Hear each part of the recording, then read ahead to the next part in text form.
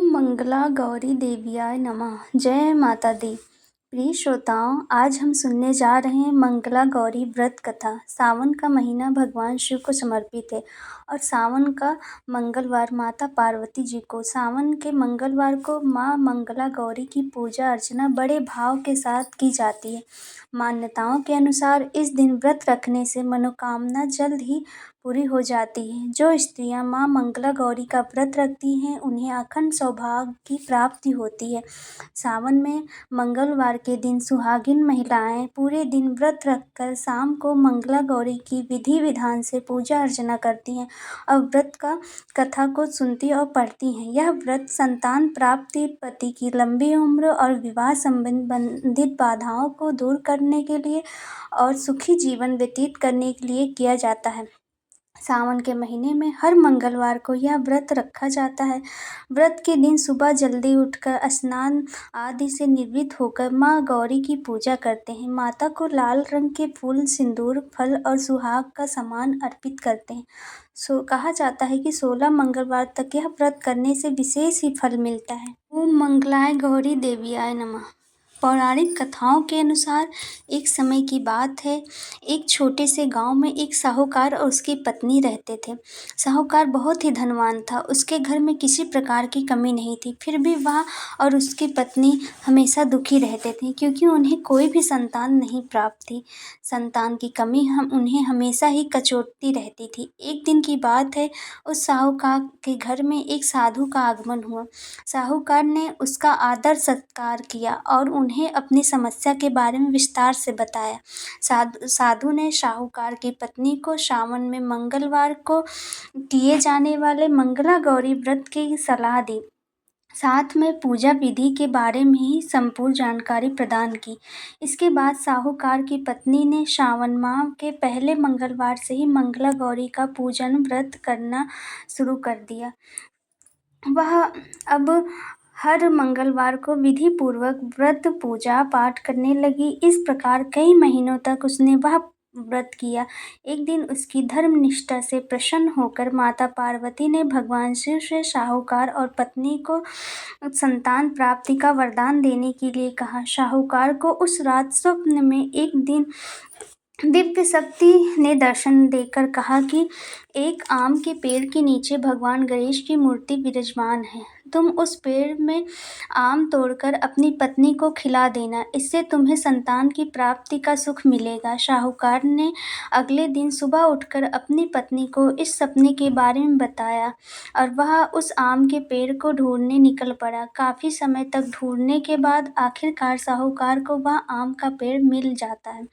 भगवान गणेश की मूर्ति जहाँ विराजमान थी, उसने आम तोड़ने के लिए उस पेड़ पर पत्थर मारना शुरू कर दिया। पत्थर फेंकने से एक आम तो टूट कर नीचे ही गिर गया, लेकिन गलती से एक पत्थर जाकर भगवान गणेश जी की प्रतिमा में लग गया।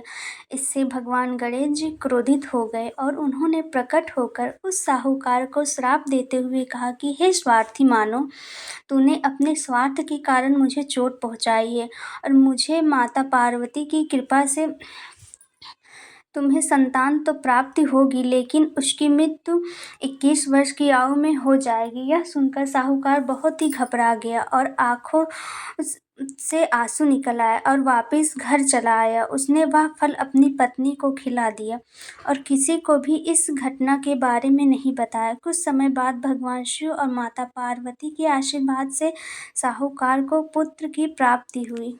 संतान सुख पाकर उनके जीवन में खुशी का ठिकाना नहीं रहा, लेकिन साथ में इस बात की चिंता थी कि साहूकार को उसका पुत्र अल्पायु का होगा। देखते ही देखते वह बालक 20 वर्ष का हो गया और व्यापार में अपने पिता का हाथ बटाने लगा। एक दिन घर लौटते समय साहूकार पेड़ की छांव में तालाब किनारे बैठकर अपने पुत्र के साथ भोजन करने लगा। तभी वहां कमला और मंगला नामक 2 कन्याएं कपड़े धोने के लिए आई और कपड़े धोते हुए आपस में बात करने लगी। कमला ने मंगला से कहा कि मैंने इस सावन मास में प्रत्येक मंगलवार को मंगला गौरी व्रत रखने का निश्चय किया है। तुम भी माँ पार्वती को समर्पित यह व्रत अवश्य करना, इससे माता पार्वती प्रसन्न होती हैं और आप पर उनकी कृपा दृष्टि हमेशा बनी रहती है। इसे करने से मनोवांछित वर और अखंड सौभाग्य की प्राप्ति होती है। कमला की बात सुनकर मंगला भी इस व्रत को करने के लिए तैयार हो गई। दूसरी ओर साहूकार दोनों कन्याओं के बीच की यह पूरी संवाद सुन लेता है और अपने मन में यह विचार करता है कि यह कन्या मंगला गौरी व्रत को करती है, इससे इसे अखंड सौभाग्य की प्राप्ति होगी। यह मेरे पुत्र के लिए एक सुयोग्य वधू साबित होगी। ऐसा सोचकर वह उन दोनों के विवाह का प्रस्ताव कन्या के पिता के पास लेकर गया। साहूकार की गांव में प्रतिष्ठा और मान होने के कारण कमला के पिता अपनी पुत्री का विवाह साहूकार के लड़के से करवा देते हैं। विवाह के पश्चात भी मंगला विधि पूर्वक मंगला गौरी का व्रत रखना जारी रखती है। इसके इस भक्ति भाव से प्रसन्न होकर माता पार्वती एक दिन उसे स्वप्न में दर्शन देती हैं और कहती हैं कि मैं तुम्हारी भक्ति से अत्यंत प्रसन्न हूँ, इसीलिए तुम्हें अखंड सौभाग्य का वरदान देती हूँ। लेकिन तुम्हारे पति की अल्प आयु है, इसलिए अगले महीने मंगलवार के दिन सर्प तुम्हारा पति के प्राण लेने आएगा। तुम इसके लिए एक प्याले में मीठा सा दूध रख देना और उसके पास एक खाली मटका भी रख देना। सर्प दूध पीकर उस मटके में चला जाएगा और फिर तुम उस मटके को ऊपर से कपड़े द्वारा ढक देना। अगले मंगलवार को कमला ने माता पार्वती की बात मानकर एक प्याले में मीठा दूध और पास में एक मटका भी रख दिया। सर्प ने आकर दूध पिया और मटकी में जाकर बैठ गया। कमला ने उस मटकी पर कपड़ा बांधकर उसे जंगल में रख दिया। माता पार्वती की कृपा से कमला के पति के प्राण बच गए। इस प्रकार मंगला देवी व्रत के पुण्य फल से साहूकार का पुत्र श्राप से मुक्ति हो गया। जब कमला घर आकर इस चमत्कार के बारे में सभी को बताती है तो सभी आश्चर्यचकित रह जाते हैं। इसके बाद साहूकार और उसकी पत्नी ने अपने पुत्र और पुत्रवधू को आशीर्वाद दिया और पूरा परिवार सुखमय जीवन व्यतीत करने लगा।